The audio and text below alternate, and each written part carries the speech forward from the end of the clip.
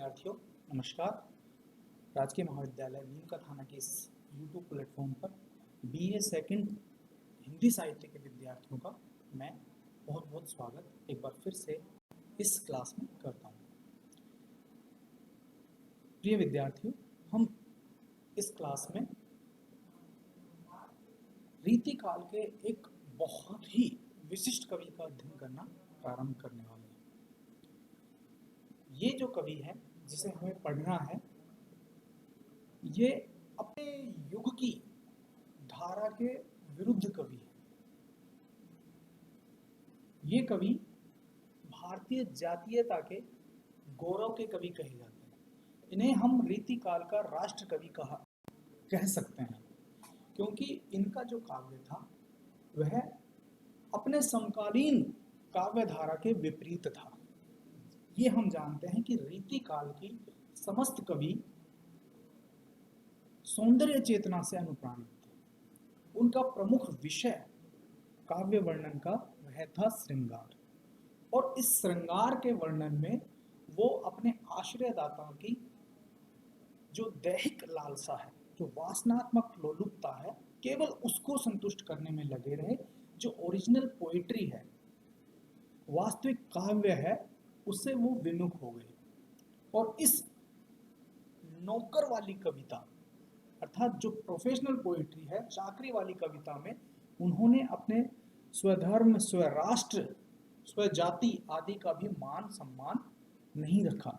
सिर्फ और सिर्फ अपने जो आश्रयदाता थे उनको वो संतुष्ट करने में लगे गए। लेकिन इसी बीच महाकवि भूषण एक अंधकार में एक अग्नि की तरह प्रकाशित होते हैं, और उन्होंने समकालीन जो काव्य चेतना थी उसके विरुद्ध जाकर एक ऐसे काव्य का सृजन किया जिसने उस जड़ सांस्कृतिक चेतना को जाज्वल्यमान बना दिया। उसने ऐसे बीज फूंके जो सदियों से सुषुप्त पड़ी हुई जो भारतीय हिंदुत्व गौरव था, उसको स्वाभिमान की अग्नि के साथ प्रज्वलित कर दिया। और इस कवि का नाम है महाकवि भूषण। भूषण रीतिकाल के यूं तो रीतिबद्ध काव्य धारा के अंतर्गत आते हैं, लेकिन उन्होंने अपने काव्य में श्रृंगारिक चेतना के बजाय वीरोचित काव्य, जो वीर रस से परिपूर्ण काव्य, जो कि भारतीय संस्कृति का गौरव गायन करता है, उसका प्रमुख वर्णन किया। उन्होंने दो ऐसे वीर योद्धा चुने जो भारतीय सांस्कृतिक क्षेत्र में अमर हैं। महायोद्धा शिवाजी और छत्रसाल, ये ऐसे वीर योद्धा हैं जिन्होंने मुगल साम्राज्य के विरुद्ध हिंदुत्व के सम्मान की रक्षा की। उन्होंने जहां सारे राजा पदानुक्रमी हो गए थे मुगलों के, वहां पर उन्होंने मुगलों के विरुद्ध भारतीयता की रक्षा करने के लिए उनके विरुद्ध हथियार उठाए और इतने ज्यादा प्रतिकार किया कि मुगल सत्ता भारतीय राजनीति से उखड़ गई। यह इनका एक अत्यंत पराक्रमी साहस था। तो ऐसे आश्रयदाताओं का आधार लेकर महाकवि भूषण ने वह वीरोचित काव्य रचा जो संपूर्ण रीतिकाल में अन्य कवि न कर सके। इसीलिए महाकवि भूषण को रीतिकाल का राष्ट्र कवि कहा जाता है। आइए उसका परिचय प्राप्त कर लेते हैं कि महाकवि भूषण का जो जन्म था वो 1613 ईस्वी में टिकवापुर गांव में हुआ था। ये जो टिकवापुर गांव है वो आधुनिक उत्तर प्रदेश जो जिला राज्य है हमारा भारत का, उसमें पड़ता है।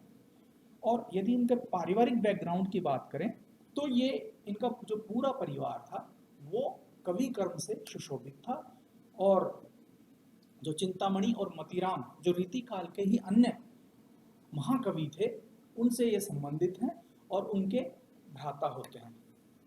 इन्होंने जो आश्रय ग्रहण किया वो महाराज शिवाजी और छत्रसाल का ग्रहण किया। शिवाजी के कार्यकाल में ये ज़्यादा समय रहे, लेकिन इनका संबंध 76 साल से भी रहा। इनकी जो मृत्यु हुई है वो 1715 ईस्वी में हुई मानी जाती है। हालांकि इसके अकाट्य प्रमाण नहीं है, लेकिन फिर भी जो अधिकांशतः आलोचकों में उल्लेखित किया है आलोचकों ने, उसके अनुसार इनकी मृत्यु 1715 में हुई मानी जाती है। आइए इनकी रचनाओं के ऊपर नजर डाल लें। इनके द्वारा जो लिखी गई रचनाएं हैं, मुख्य रूप से 6 रचनाएं मानी जाती हैं, जिनमें शिवराज भूषण, शिवा बामिनी, भूषण उल्लास, भूषण हजारा, दूषणो उल्लास, ये इनकी प्रमुख रचनाएं हैं। इनमें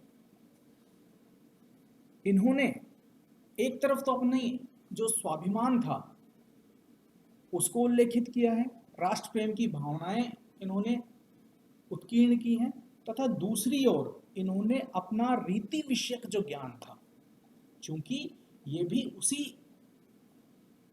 समाज से आते थे, कवि समाज, जो कि अपने आश्रयदाताओं की प्रशंसा कर रहा था, इन्होंने भी किया, लेकिन इन्होंने उस प्रशंसा में अपने रीति विषयक ज्ञान का अवगाहन भी किया। जो रीति की धारा थी श्रृंगार विवेचन की, अलंकार विवेचन की और विविधात्मक छंद विवेचन की, वह इन्होंने श्रृंगार के अलावा जो अलंकार था और इसके अलावा जो रीति की अन्य विशेषताएं थी, वह इनके काव्यों में परिलक्षित होती दिखती हैं। इनका जो काव्य था वह भारत की सांस्कृतिक गरिमा के अनुकूल था।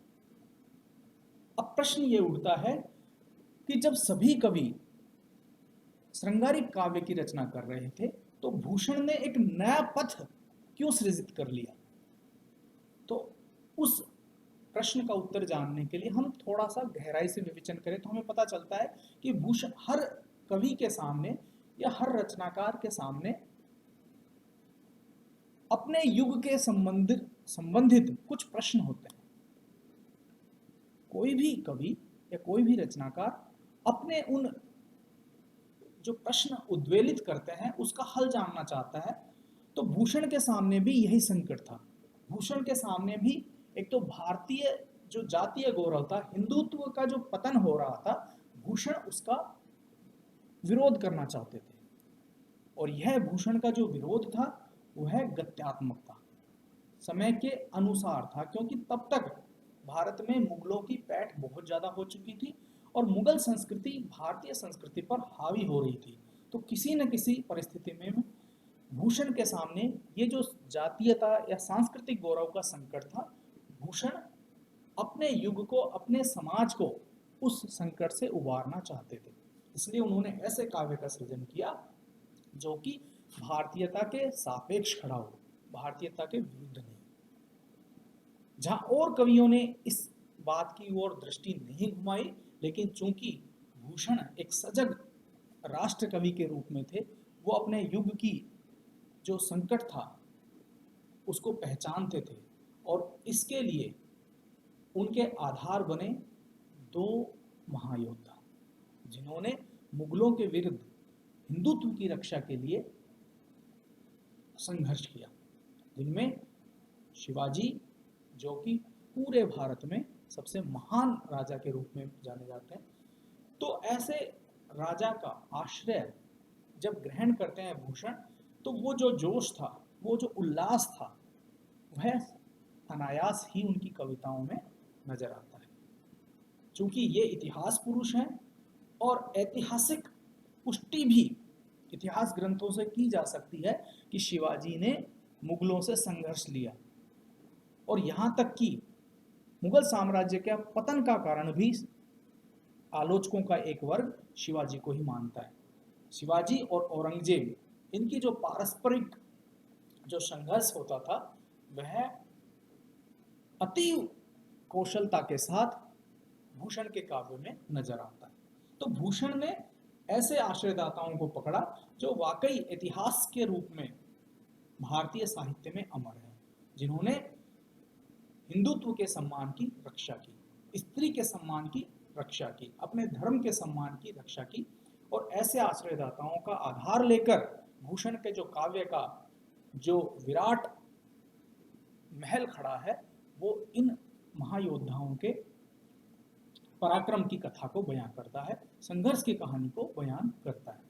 तो भूषण का ये जो काव्य, जो संपूर्ण काव्य है, शिवराज भूषण, शिवा बावनी, भूषण उल्लास, इन सब में कहीं ना कहीं रीतिकालीन परंपरा का तो निर्वाह हुआ ही है, क्योंकि हम भूषण को रीतिबद्ध कवि के नाम से जानते हैं, लेकिन रीति परंपरा का निर्वाह करते हुए भी उन्होंने अपने समय की काव्य धारा के विरुद्ध एक नई काव्य धारा, जो कि वीर रस से अनुप्राणित थी, उसका प्रचलन किया, जिससे रीतिकाल की कविता का जायका या टेस्ट बदल गया।